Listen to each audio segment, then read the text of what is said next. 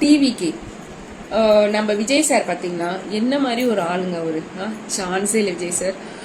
ஏன் நான் இந்த வீடியோ அப்படி சொல்றேன்னு பார்த்தீங்கன்னா, எனக்கு ரொம்ப பிடிக்கும். சின்ன வயசுலேருந்தே நான் ஒரு விஜய் ஃபேன் தான். ஸோ அதுக்காக நான் சொல்லலை.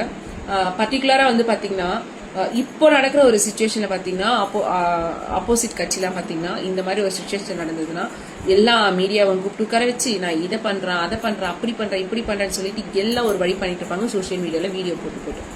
ஆனா சார் பார்த்தீங்களா, ஒரு வீடியோ கிடையாது, ஒரு போட்டோ கிடையாது. அங்க என்ன நடந்ததுன்றது கூட யாருக்குமே தெரியாது. அந்த 41 குடும்பம் சொன்னதை வச்சுதான் நம்மளுக்கு தெரியும் அங்க என்ன நடந்தது அப்படின்னு சொல்லிட்டு. அப்போ ஒரு என்ன மாதிரி ஒரு பர்சன் பாருங்க, யாருக்குமே பாகுபட்சம் பார்க்காம ஒரே மாதிரி நடந்திருக்காரு. அவ்வளோ ஒரு எமோஷனல். ஸோ யாருக்கு தாங்க இருக்காது, அவங்களுக்கு எமோஷனல் இல்லை, பார்க்க வரல, அதை வரல, இது வரலன்றீங்களே. ஸோ இப்போ அவரால் ஒரு இப்போ இத்தனை பேர் நம்மளுக்கு பாதிக்கப்பட்டிருக்காங்க அப்படின்னு அவர் தெரிஞ்சோன்னே எவ்வளோ ஃபீல் பண்ணியிருப்பாரு. ஸோ எல்லாருமே சொல்றாங்க அவர் ஆள் அடையாளமே தெரியல, அப்படி இருக்காரு அப்படின்னு சொல்லிட்டு. அவங்க என்ன நடக்குது நமக்கு என்னங்க தெரியும். அவர் ஃபீல் பண்ணலன்னு யார் உங்களுக்கு சொன்னா? நீங்க போய் பாத்தீங்கன்னா அவர் ஃபீல் பண்ணலன்னு சொல்லிட்டு.